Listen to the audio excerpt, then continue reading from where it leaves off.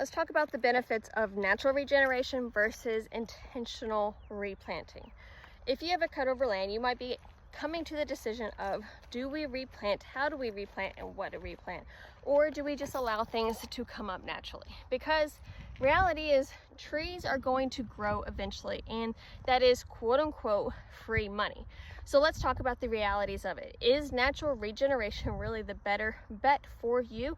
Or should you invest in those replanting costs? Because the reality of those replanting costs is going to land somewhere between $200 to $450 an acre, at least if you are in Georgia. That is going to be the rough average cost for site prep to planting, depending on what you plant, how you plant. And so if you have the option to allow trees to naturally grow up, why would you not do that? One of the biggest cons of a natural regeneration is that you don't get to choose the stalking level.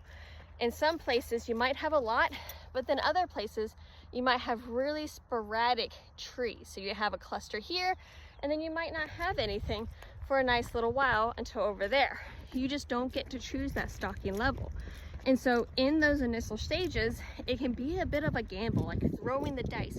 Are trees going to come back up, and in what intensity are they going to come back up? Second kind of, con is you don't get to necessarily choose the competition level, right? They are going to grow at different stages, at different levels. You may not be getting necessarily the best quality in terms of how they grow, whether they have a lot of space and they end up as what we call wolf trees, like really limby, and so although they might be big, they're not of good quality. Or they might be so densely tightly packed that they end up growing as toothpicks. They're all just trying to shoot up as straight as possible. However, a great option of, if you just don't have a lot of money to invest into, perhaps you had acquired a clear cut and you didn't get the benefit of the revenue from the timber sale. And so allowing your trees to naturally grow up on their own and making the management decisions to help them thrive to the best way possible, whether pre-commercial thinning, helping, maintaining some mowing, some brush management,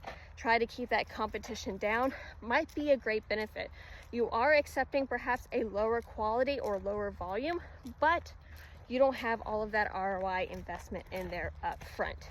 So if you're trying to decide natural regeneration, intentionally replant my forest, give me a call. I'm a registered forester in Georgia. I'd love to talk you through the pros, the cons, the checklist of making that decision so you can decide what is best for you, your land, and your situation. I'll talk to you soon.